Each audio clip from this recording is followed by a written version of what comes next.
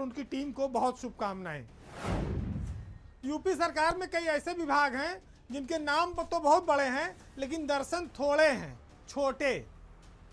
बात यहाँ उत्तर प्रदेश जल निगम की हो रही है, जिसकी हालत बहुत पतली है और उसके कर्मचारियों को पिछले 5 महीने से वेतन नहीं मिला है।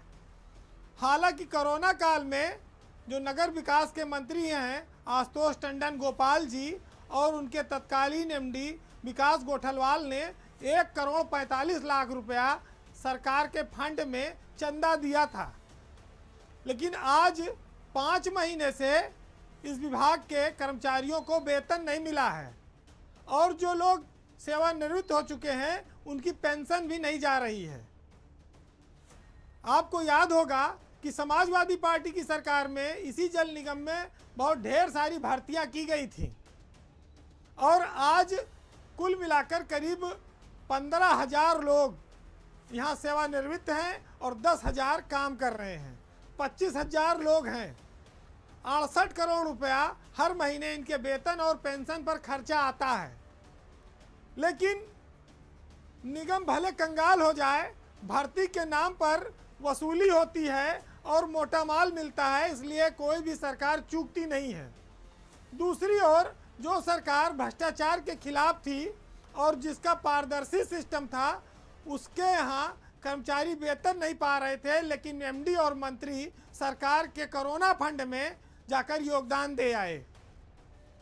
ये स्थितियां ऐसी हैं कि यूपी का जल निगम हजारों हजार करोड़ के काम एसटीपी बनाता है, सीवर लाइन डालता है और तमाम सारे बड़े बड़े काम वो करता है।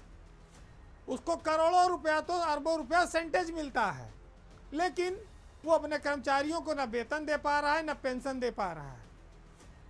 अनिल कुमार इसके नए एमडी बनाए गए हैं, लेकिन वो कैमरे के सामने आकर बोलने को कुछ तैयार नहीं रहते। महत्वपूर्ण बात यह है कि सरकार में अपनी ढपली पीटने के लिए मंत्री चंदा तो दे आते हैं, लेकिन जनता भूखों पेट रह जाती है। जो हजारों कर्मचारी हैं उनके बच्चों की ना तो स्कूल फीस जा पाती है, न वो मकान का किराया दे पाते हैं, न महीने के राशन की उधारी चुका पा रहे हैं। हालत बहुत दयनीय है। कई बार जो पासबुक है बैंक की उसमें पैसा दिखाता है, लेकिन बैंक में जाने पर खाते में पैसा नहीं है। बड़ी विचित्र स्थिति बनी हुई है और लोग खाली चेक लेकर रिटायर होने के बाद घर आ रहे हैं। लोग मजबूर हैं, धरना प्रदर्शन कर रहे हैं, चिल्ला रहे हैं, शोर मचा रहे हैं, लेकिन कोई सुनने वाला नहीं है। तो जो अतीत में गलतियां होती आई वो गलतियां क्या बंद नहीं होंगी?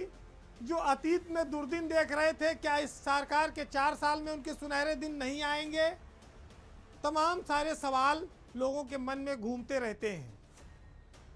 सरकार के लिए अगर निगम ज़रूरी नहीं है तो वो बंद कर दे, कर्मचारियों को कहीं और मर्ज कर सकती है।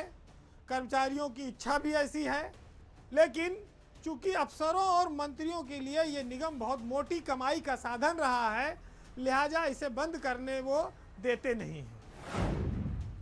यूपी में